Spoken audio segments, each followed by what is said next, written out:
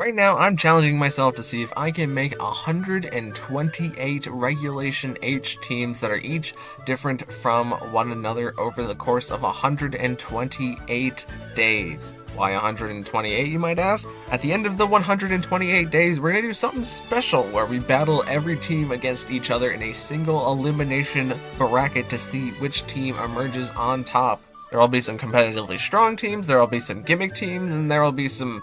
probably a good number of goofs and gaffs in there, so if you want to follow through to the end, subscribe so that you can keep up with each day. But without further ado, let's move on to day 63. Alright everybody, welcome back to another video, and in today's video, we are going to be gaslighting my Pokemon into thinking that Dynamax is still a thing. Now, Dynamax was last generation's mechanic, and what it would do is it would make your Pokemon a double health, but it would also give their moves a lot of single target power, but it would have crazy secondary effects, like setting the sun for fire type moves, or increasing the speed for flying type moves, and just a bunch of other things. And there are certain supports on this team that are designed to cause those secondary effects as close as possible, but in the actual games, it's probably going to be pretty difficult to make it line up, so we'll see how that goes. But starting off with Charizard, one of the most prominent Gigantamax Pokemon, but we're just going to try and afford to do Dynamax here because I really don't want to get into pledge moves. Even though we have a Decidueye, now that I think about it, we could have done pledge things. But starting off with Charizard, we are going with the Choice Specs Solar Power set, and Solar Power will give our special attacks a 1.5 times boost whenever the sun is active, and it will take a little bit of health off of Charizard every turn, but Charizard's pretty frail, so ideally Charizard should never be taking attacks, or it gets off one really big attack and then goes down for another Pokemon in the back to clean up. We are going to be doing massive fire type damage with our spread Heat Wave, but also good single target damage with the overheat option, and we just have the Air Slash and the Dragon Pulse for our two coverage moves. So hopefully whenever we are using a fire type move, we can then set up the Sunny Day with one of our Pokemon. The Air Slash means that we need to have an increase of speed, and the Dragon Pulse means that we need to attack drop the opponent just by using Arcanine's Intimidate. Well, we are also Terra Fire Charizard to even further boost the power of our fire type moves. Next up, we got Ribombee, and Ribombee is going to be Charizard's main partner here, as we have the Sunny Day to increase the power of our fire type moves, and we have the Tailwind in order to not only increase the speed of the entire team, but mainly to increase the speed of Charizard, since Charizard's Choice Specs, and Charizard's not like super fast, it's like decently fast, but you're still going to get outsped by a lot of things in the format with Charizard, so having the Tailwind on Ribombee, who is super fast at that 193 speed, you're booking it with Ribombee. And Ribombee also has the Fake Tears for lowering the special defense of the opponent, which would line up with us using dark type moves, but I don't think we have any dark type moves on this team other than like Arcanine's Snarl. And lastly, we just have the Moonblast just to do good stab fairy type damage with the Ribombee. And Ribombee is a really nice setup Pokemon because it has the ability Shield Dust, which means that we will not be affected by secondary effects. So it's pretty much a built-in Covert Cloak for Ribombee, where we don't have to worry about Fake Outs or Electro Webs or Icy Wind or any of that jazz. We also have the Mental Herb on Ribombee, since usually you see Focus Sash on Ribombee, but I decided to use the Focus Sash elsewhere. So we're Mental Herbs so that we're not getting pranked or taunted mostly, but also any kind of taunt going into Ribombee keeps Ribombee from being locked out of its support moves. Next up, we got Decidueye, who was a Pokemon in Generation 8 since we got all of the Alola starters. But Decidueye was never really a Dynamax target, and we can't really set up grassy terrain without having Rillaboom on the field or Arboliva, but we ain't using Arboliva here. So we do have the Leaf Blade, but we have the Spirit Shackle, and whenever Ghost was a max move, it would lower the defense of the opponent, and we have the ability to spread lower defense on Arcanine, as we'll see here. But we also have the Low Kick for just good surprise fighting type damage on the Decidueye, and we could have had Howl on Arcanine in order to increase the attack of the team, but since we're using Charizard and Ribombee as special attackers, there's not like a great synergy there. And this might be the point where I mentioned that I've tried to work this team out like 5 times now, and it is so difficult every time because every time I want to do it, I keep splitting myself between special attackers and physical attackers. So we're kind of going halfway between both of those different directions and just hoping it works out. But on Decidueye, we also have the Synthesis. Since we are running a Sun team, we will get increased healing whenever the Sun is active for Decidueye, and it's not that Decidueye isn't like not tanky, it's just that like you really need the Synthesis to heal you up a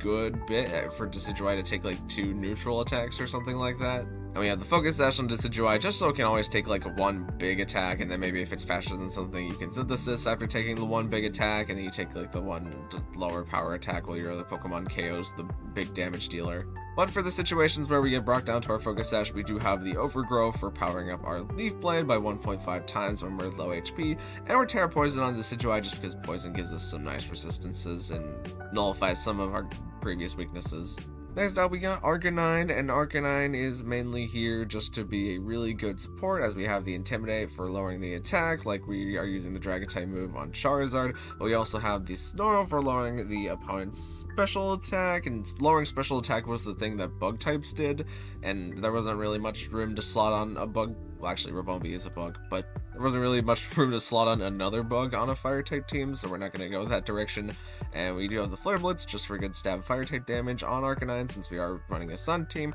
But we also have the Leer, which benefits both Decidueye and Duraludon by decreasing the defense of both of the opposing Pokemon that are on the field, and also benefits Arcanine, I guess, itself with the Flare Blitz to cause Flare Blitz to do more damage. And on Arcanine, we're using the Agua Berry just to give Arcanine a little bit more HP, since hopefully we're going to be intimidating and snarling our opponents so that they can't do much damage. Gives Arcanine a little bit more survivability, and we have the Terra Ghost on Arcanine, mostly just to avoid fake outs. Now next, I decided to slap on Duraludon here, since Duraludon was not like a big Generation 8 Pokemon, but it definitely was one of the more notable Gigantamax Pokemon of the time. But now that we have our Caledon, you can pretty much use our Caledon for every scenario, except for this one, where we are deciding to run the Eviolite Duraludon, which can throw your opponents off a little bit, because the way that you overpower our Caledon is by quickly just hitting it with 1 hit before it can get off a bunch of stamina boosts, but Duraludon functions a little bit differently, since we already have a bunch of defense built in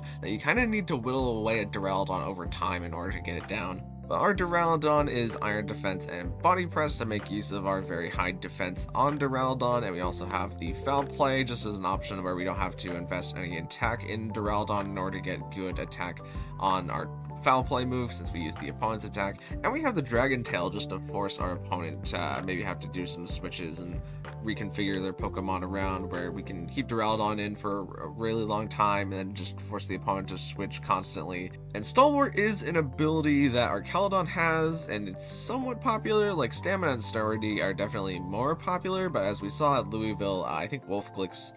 Caledon was Stalwart for the electric type moves. But Stalwart is a really unique ability, except Propeller Tail, but nobody uses Propeller Tail except for that one team where I use Propeller Tail. But Stalwart allows you to ignore all kinds of redirection. And lastly, I just slapped Terra Fighting on Duraludon just to power up our Body Press, because I really didn't know what a better Terra would be on this team, but you could maybe play around with it a little bit if you really want to try improving it. And lastly on this team, I decided to slap on Hisuian Zoroark, since kind of going with the theme here, Hisuian Zoroark can like use its illusions to make Pokemon think that they're like kind of bigger. That's what the thumbnail has. But Hisuian Zoroark is also a really good disruption Pokemon, since the only Pokemon on this team that has its ability announced is Arcanine. But because Arcanine and Hisuian Zoroark are both supports, there's probably not too many scenarios where you would like disguise Zoroark as Arcanine, when you can just lead Arcanine instead. But for our Hisuian Zoroark, we are going with the Choice Scarf Trick set in order to try and brick some Pokemon that rely on maybe being slower, but also using one status move really quick. Hisuian Zoroark is fast because of the Choice Scarf, so we can also get off really fast Bitter Malices and Icy Winds in order to attack drop the opponent and speed drop the opponent, so we get a little bit more speed control with the Hisuian Zoroark. And we also just have the Hyper Voice for good stab normal type damage. So if our Charizard Rabombi lead doesn't work out, but Rabombi has already faked here or something, then we can bring in Zoroark in the back in order to like Terra Normal and then do a lot of damage with Hyper Voice. But that's the basic gist of the team. Let's get into some battles. Alright, so first up we have a pretty offensive team where they just have the Clefairy for a little bit of support for the redirection, but they also have a good number of physical mons that Blaziken probably wants to coaching, but Blaziken being a fire type and offensive into our team is a little distracting for our Sun mode.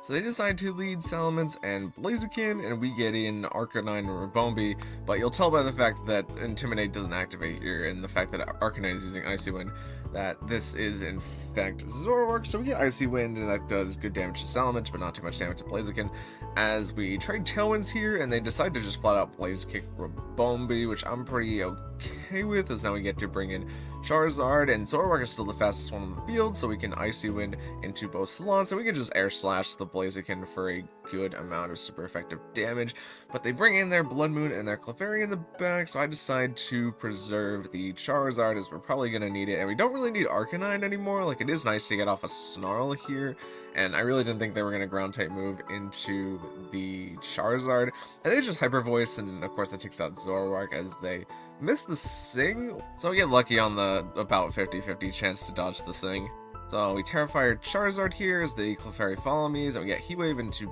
both, but it's not quite enough to KO both, but we do get the burn on Clefairy, and we get the Snarl off with Arcanine, and the special attack drop allows Arcanine to live, but they do crit the Charizard, so I am kind of curious how much it would have done to Charizard if they hadn't crit us. But Charizard goes down as Arcanine gets off its Agua Berry, and the Blood Moon Ursaluna KOs itself due to its Life Orb. And we're just going to let the Clefairy take a little bit of burn chip as it tries to sing into us, as Arcanine is able to just get that Flare Blitz into the Clefairy. I say we have a team with a pretty decent spread of Mons. Like, they do have the Garchomp to be super offensive, but they really don't want to Earthquake into, like, anything that they have on their own team. But like the Sandlet Rush with Lycanroc and then them having Hippowdon I thought was definitely an option. So I decided to lead Rabombi and Decidueye here because I thought Decidueye could handle the Lycanroc. And they do lead Lycanroc, but they also lead the Mine Shao. And as we see here, the Mine Shao fakes out into Rabombi, but Rabombi does not care about that because of the Shield's Dust. As the Decidueye actually reveals that it is Zoroark for the good Hyper Voice damage. And we get the Tailwind up with Rabombi as the opposing Lycanroc gets the Rock Slide, and that's going to KO Rabombi there. So now we can bring in the real Decidueye as Mine Shao wide guards, the Hyper Voice out, but the Lycanroc has Sucker Punch, so at least gets to get pretty good damage into Decidueye, but we get to Leaf Blade into the Lycanroc in order to take it out. And now we're just going to Hyper Voice again since Zoroark has Choice Scarf locked into it, but the Wide Guard means that Mine Shao wouldn't move, and we really just wanted to Leaf Blade into the Hippowdon in order to take it out. And now it is Garchomp versus the world as we Leaf Blade into Garchomp to deal good damage into it with our turn Tailwind still up, and they do a Rock Slide into Garchomp, which is a little unfortunate, and the sand is going to cause Decidueye to get taken out. But with Zoroark in the back with the Icy Wind, we can pretty safely take the Garchomp there. Next up, we got a pretty standard Fire, Water, Grass, Dragon Core, and then they have like the Goldango as their offensive piece, and Farigiraf is probably just here to keep Trick Room from doing Trick Room things. So they decide to lead Primarina and Rillaboom, and we lead Rabombi and Duraludon here, because I felt like Duraludon had a pretty good matchup into everything that this opponent had. So we Sunny Day in order to decrease the damage that Primarina could have done with its Hyper Voice, but also because we probably have Charizard in the back who enjoys the sun, and we can maybe keep the sun up for long enough. But Primarina is starting to get set up with its Calm Minds, and unfortunately it's a fairy type, so we can't Dragon Tail it out in order to deal with it. But the Duraludon is back at full health as we get Decidueye in here to try and deal with Primarina hopefully on the next turn, and we try Fake Tears in Primarina as they U-turn out with Rillaboom, and now they swap in Goldango, but I'm pretty okay with Goldango being here as we can swap in Charizard. And even if the Primarina did go for Hyper Voice this turn in order to read a Fire type coming in, we currently have the Sun up in order to decrease the power, so it probably wouldn't do too much to Charizard. And Goldango make it rains, but Charizard resist it, and Decidueye doesn't take too much damage from it as we get to Leaf Blade into Primarina, being slightly faster than Primarina, even though we don't have much speed investment. Charizard is going to take some solar power damage, and I read that they probably fake out into Charizard here, so I just bring in Duraludon in order to catch whatever the Goldango is going to throw. And the Goldango does throw his Shadow Ball into Decidueye, but its special attack dropped, and Decidueye gets to Synthesis here in order to bring it up to much more health, and the opponent just decides to quit off of that, since now that their Primarina is gone, I especially don't think they have a way through Duraludon right now. Now we got what looked to be a Perish Trap team to me, since they have the Gothitelle and they have the Primarina and Lapras, which are two of the more infamous Perish song users in this format right now. But this is a pretty funny game, not only because our team is actually pretty good into the Perish Trap, since we have two Ghost types in the Decidueye and the Zoroark. We also have Rabombi who shields us, so we don't care about the fake out turns. So the opponent leads Primarina and Gothitelle, but we lead Rabombi and Decidueye, who don't care about the fake out. And Rabombi is actually revealed to be Zoroark, so we get some good Ghost type damage into Gothitelle right off the bat, which is just enough to bring it down into eating its citrus berry, which is a little unfortunate, as Primarina does get off the Perish Song and it gets a special attack boost, but we also Spirit Shackle with Decidueye in order to just get rid of Gothitelle. So now nothing in this game is going to be trapped, and we're up a Pokemon already. We just Bitter Malice into Amoonguss, just try and get some damage into it, as we don't really need Zoroark anymore, but they're actually eject button Amoonguss for whatever reason, as the Hyper Voice comes out, and that's going to KO Zoroark, but do not very effective damage into Decidueye. And now we Spirit Shackle the Primarina, so now the Primarina is actually the one that's trapped on this trapping team, as Primarina tries to go for the Steel type. And I set up Sunny Day with Ribombee in order to weaken the power of the Hyper Voice coming out, and we're Terra Poison, so we would also resist the Fairy Tail move if they decided to go for that.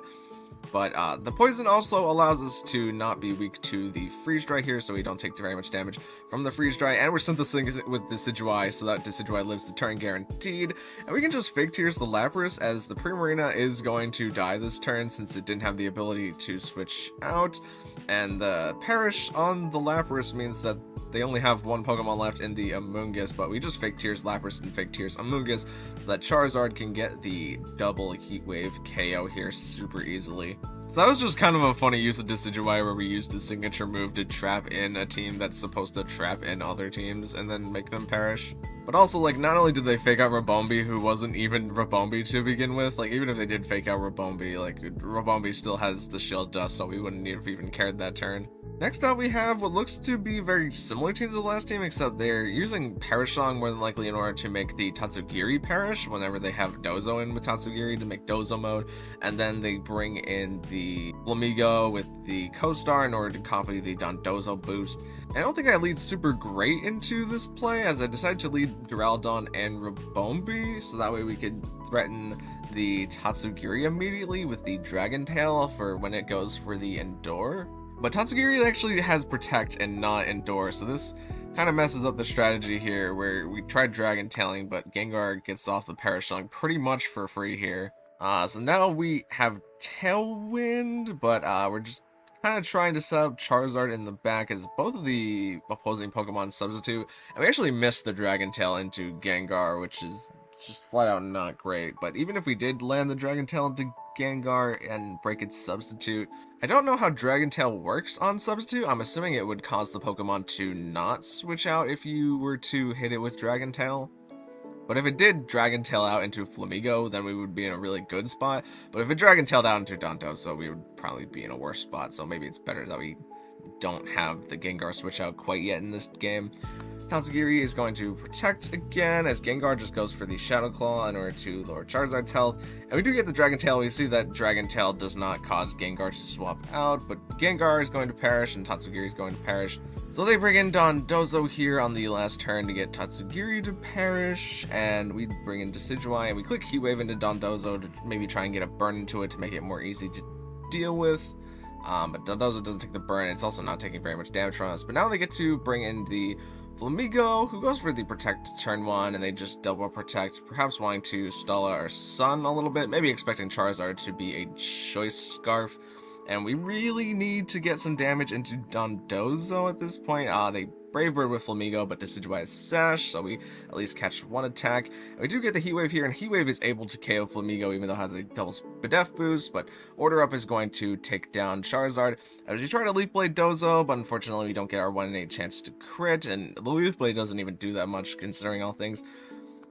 So this turn, the turn that I'm predicting my opponent to predict is Tailwind with Ribombee, and then try and Leaf Blade Dozo again in order to take it out. So Dozo has already revealed Protect at this point, so I figure I might as well try and take down the Gengar to make it a 3v1. But the Gengar goes Terra Dark, perhaps predicting that play as the Dondozo protects, and we do Tailwind with Ribombee, but the Spirit Shackle is going to be resisted by Gengar now, and Gengar has a Citrus Berry too, but the Gengar gets to Shadow Claw down Decidueye, so unfortunately, we can't do Leaf Blade damage with Decidueye anymore, but we get to Moonblast the Gengar at least in order to take it out, and we do get the Sail Build on the Moonblast, but we get to Mental Herb that back, and Foul Play isn't doing too much damage into Dondozo, as the Dondozo immediately crits Duraludon, which I don't think matters, and the Dondozo is just stalling out our Tailwind, as I think the only way out of this game at this point is to Fake Tears with Ribombee in order to get rid of its special defense boost enough that we can get rid of it. And Dondozo does go for the Surf option in order to do damage into both mons. And I figure on this Protect turn, I might as well set Sun to resist the Surf that comes out from Dondozo, as at this point it's revealed Order Up and Surf.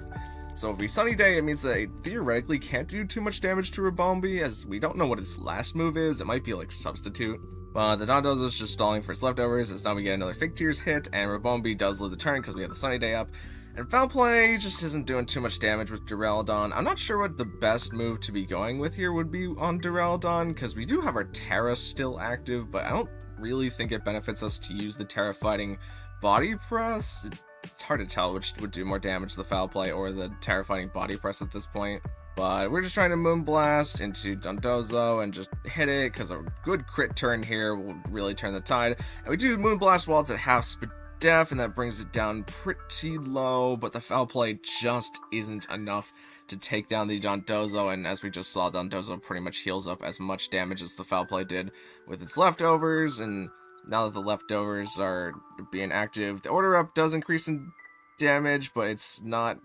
It does increase our Foul Play damage, but it's not quite enough to take out the Dondozo with its own attack stat quite yet, as Dondozo has a super safe endgame here. So I think in this game I definitely should have brought Hisuian Zoroark in order to better try and deal with the Gengar, as we could have Icy Winded with Zoroark and then had one of our slower mons, perhaps like Charizard, take out the Gengar right away. So I don't think this battle was necessarily a team issue, I think it was just a playstyle issue on my behalf, but we got pretty close to KOing the Dondozo on that one turn, so if we had a little bit more variance in our favor,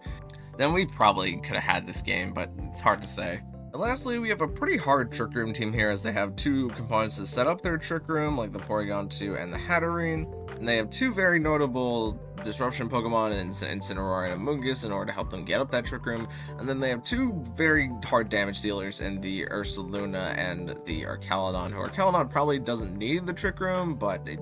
definitely likes it for things like our team that is really based on speed. So they decided to start with Incineroar and Porygon 2, and we decided to start with Arcanine in quotations and Duraludon. As we see, the Arcanine's Intimidate does not activate during the turn, so it kind of reveals that we're Zoroark, but they fake out Arcanine, and we get to trick the Porygon 2 into being Choice Scarf, and we get a free Iron Defense off with Duraludon here, as the opponent is forced to set Trick Room this turn that we're in Trick Room, so obviously they want to swap out their Porygon 2 to maintain their Trick Room, and I predicted that they were going to swap in the Ursaluna here, but they actually swapped in Amoonguss, and then they parting shotted with Incineroar in order to get Ursaluna in, so we don't target the right slot, but we at least get some Body Press damage into Amoonguss, and some Hyper Voice damage into Amoonguss now that we're not Choice Scarf. It's pretty decent, and now I get to swap in Arcanine, mostly just to intimidate the Ursaluna, but Duraludon goes to sleep here because of the Spore, and Arcanine barely lives the Facade, who I'm not quite sure why they threw Facade into a Ghost type, but they did. Ursaluna takes some more Burn Chip, and we're just going to protect Arcanine this turn so that it doesn't get put to sleep, but also it doesn't get attacked. They try headlong rushing into Duraludon, but Duraludon takes pretty good with the defense boost and the attack drop on Ursaluna right now, and they're only making the Ursaluna more prone to the Body Press that's going to come out, as headlong rush does damage into Duraludon again. And the Duraludon wakes up, and even if they decide to Rage Powder with Amoonguss to redirect it, we're stalwart on our Archaludon, so we can always Body Press into the other slot than Amoonguss, but they bring Incineroar back in to intimidate again, or exert Fake Out pressure, and Porygon 2 isn't Eviolite right now, and it decides to Trick Room again, even though it's Choice Scarf, so it's forced to swap out again, as we're just trying to get Arcanine to wake up here. Actually, that's Zoroark, I completely forgot, but Zoroark gets taken out, so it's not too big of a deal as we Body Press the Amoonguss slot again, and now we get Arcanine back in. I tried faking out with Incineroar after the first turn, and they just put Duraludon to sleep again, but at this point, based on the Pokemon that they have, they really don't have a way through Duraludon unless they, like, super crit Duraludon,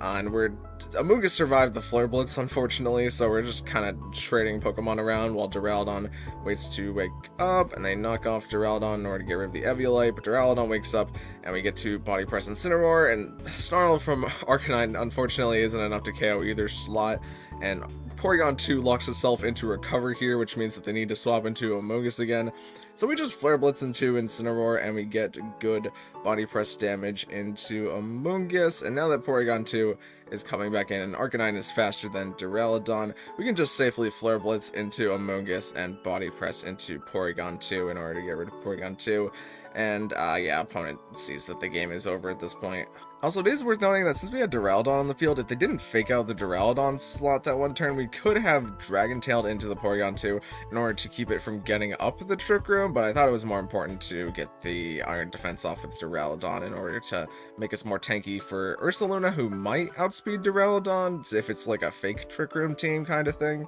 But also just locking the Porygon 2 into Trick Room with the Choice Scarf was a pretty good option. But yeah, that was the gaslighting my Pokemon into thinking it's Dynamax team, and as we just saw, I don't think there was a single turn where you could argue that you were gaslighting your Pokemon into thinking they were Dynamax. But I mean, the potential is at least still there. It's just kind of awkward to pull off, which again is why this team took so long to do, but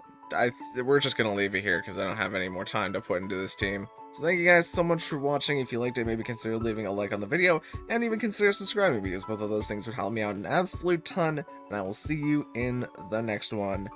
Thank you.